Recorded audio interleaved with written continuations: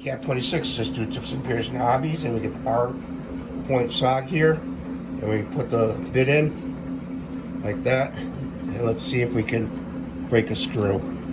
And yes, it does break screws. Let's try this one, that one too. Now you can also use it